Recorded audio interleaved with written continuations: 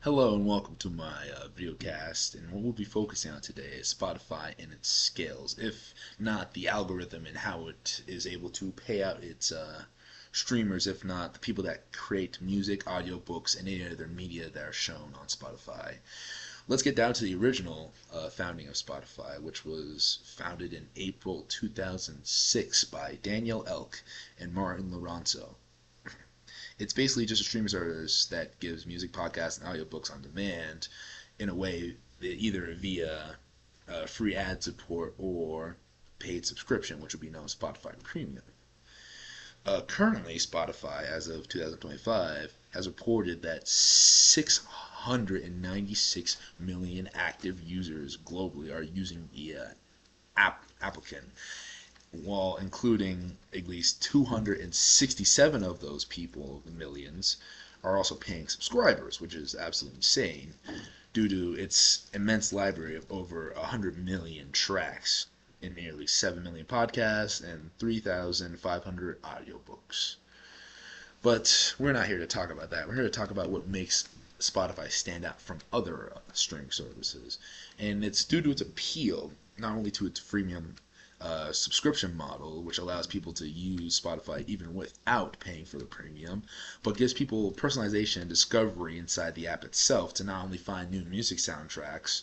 but also learn new genres, if not go outside of your comfort zone, but also find music in your comfort zone that you would actually have bunched together that other people have listened to and agree that they mix well, which is also seen through its ability to show through Discovered Weekly, daily mixes, basically, and also its reading radar, making it easier for people to find new music. And these help basically keep users engaged and create a more holistic audio ecosystem. However, even though it is a really nice streaming system, it also has its drawbacks due to its revenues and how it pays artists. You see, basically, Spotify has claimed that it pays $10 billion in royalties, which is a record for the company. But despite that, a lot of niche artists, and especially smaller ones, argue that Spotify's per stream royalty model and how the royalties are allocated actually disadvantage them, if not cripples them to the point where they shouldn't use the streaming service, because every $3 per 1,000 streams would be the model that they've currently created,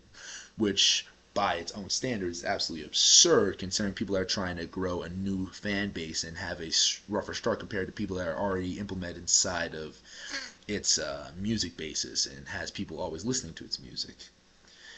which creates a kind of concern for the concerned artists that are trying to start off their streaming services via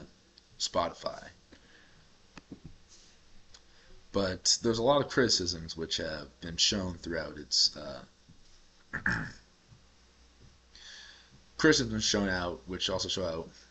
give a little bit of risk to Spotify itself, and has a need to look towards the future. Because many creators still criticize its royalty structure and have been doing so for a long time. There's also some ghost artists and push content that some investigations allegedly Spotify has been promoting low-cost, pseudonymous tracks, which also known as ghost artists, to boost playlist content without paying high royalties. This, by any kind of standard, is absolutely absurd compared to any other streaming service that hasn't done this kind of model. And Spotify has been sued by multiple other artists due to its unfair model, but sadly most of these cases have been shut down due to Spotify's increasing numbers and affluent ways to debilitate lawsuits compared to someone that's trying to get up and started with their career as a musician. But basically, to sum it all up, Spotify is a giant in the streaming world, built on its basic scale, personalization, and broad audio content. But behind its complex trade-offs, especially when it comes to artist compensation, fairness, and platform strategy, if you're a listener, you'll benefit immensely from the streaming platform. However, if you are an influencer, this streaming platform may not be for you if you're trying to get off the ground, which goes into the idea that Spotify's algorithm and its comparison to other spaces like Apple Music is way more paying and fair compared to its original, at least, competitor slash rival. And Spotify should do something about this if they want to change their overall outward perspective on its streaming service and how unfair it is treating its